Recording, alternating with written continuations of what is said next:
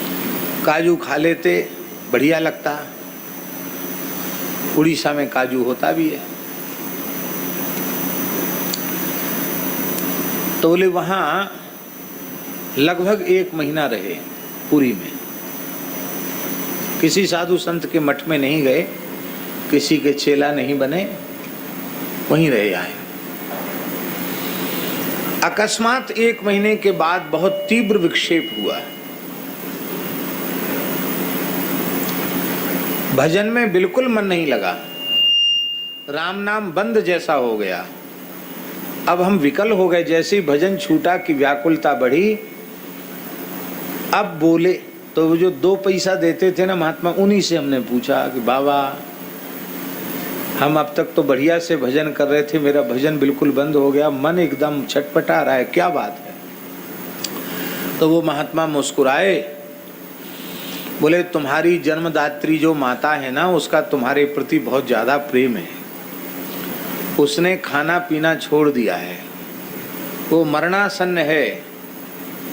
एक ही आशा में प्राण टिके हैं कि वो तुमको देखना चाहती है। तो मैया तुम्हारी याद कर रही है, इसलिए तुम्हारा भजन विक्षेप में आ गया। अब तुम चले जाओ, अपनी माँ के पास जाओ पहले।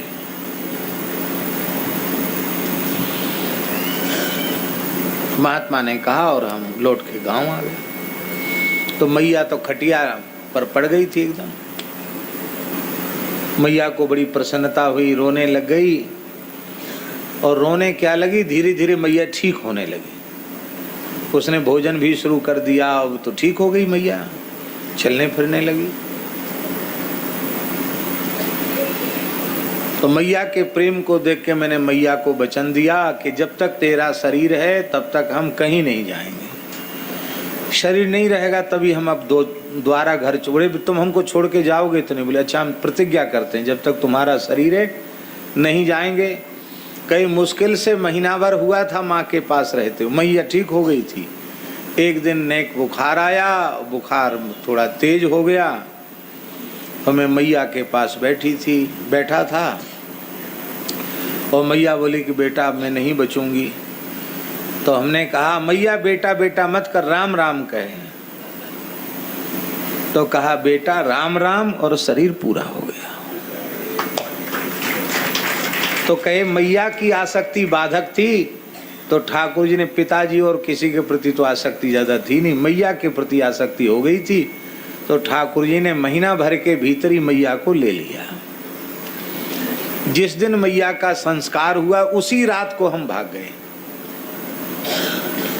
अब 13 दिन भी नहीं रुके कि मैया का भोज भंडारा हो जाए तब जाऊं। महाराज के बड़े भाई भी थे, पिता भी थे, छोड़ के चले आए। और फिर चले तो वृंदावन आए, पैदल चल करके वृंदावन आए।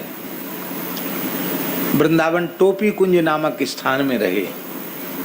निम्बार्क संप्रदाय का स्थान था।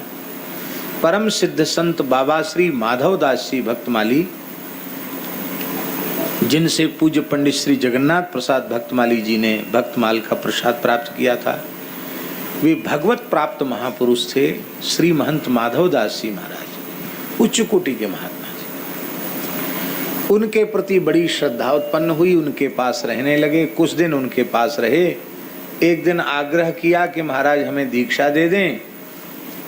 तो उन्होंने, वो ध्यानस्थ हो गए बाबा माधव दास जी। बोले मैं तुम्हारा गुरु नहीं हूँ, तुम्हारे गुरु पहाड़ी बाबा खाक चौक में हैं। तुम 3 जन्म से ब्राह्मण हो और 3 जन्म से साधु हो, तुम्हारा 3रा जन्म है। और तुम्हारे गुरु खाक चौक में है, उनका अमुक नाम है। वो जल्दी किसी को चेला बनाते नहीं, पर तुम चले जाना, हमारा नाम लेना तो वो तुम्हारे ऊपर कृपा कर देंगे। तो महाराज कहते वहां से टोपी कुंज से हम आए तो खाक चौक आए। पूज्य परम गुरुदेव श्री स्वामी लक्ष्मण दास जी महाराज विराजमान थे। उनको बताया, बाबा माधव दास जी की आज्ञा सुनाई, तो उन्होंने दीक्षा दे दी। अब वो एक संत की जीवनी संक्षिप्त रूप में हम आपको सुना रहे हैं।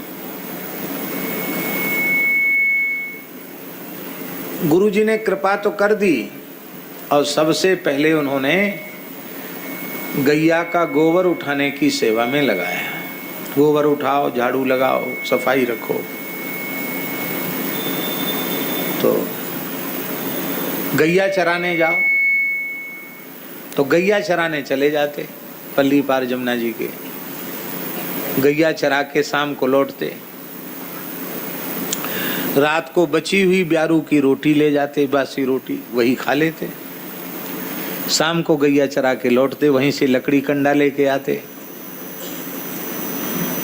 इस तरह से 2-3 साल तो गौ सेवा करी, गोबर उठाया, गैया चराई, गैया की धार काढ़ी।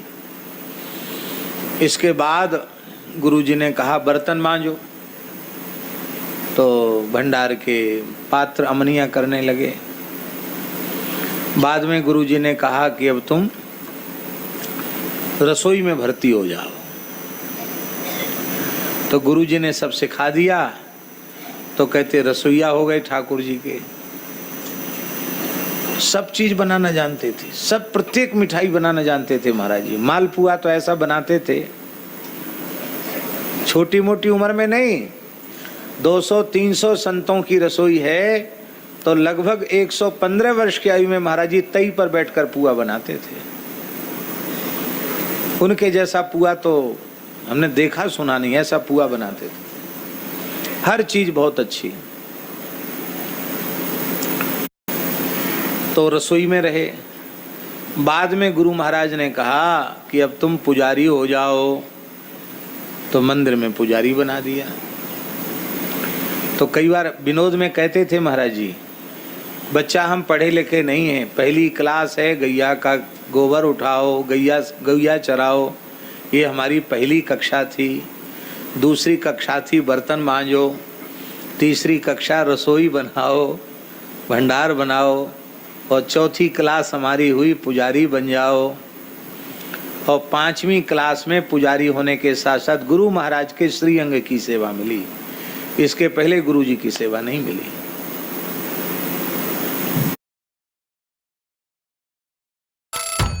Bite into a galaxy of experiences. Galaxy Flutes.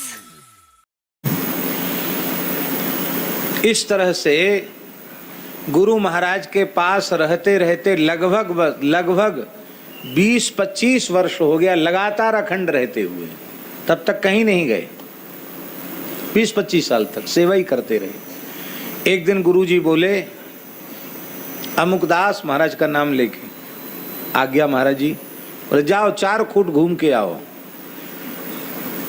अभी बोले तुम देश काली साधु नहीं बने हो, घूम फिर के आओ तब साधु बनोगे, जाओ घूम फिर के आओ।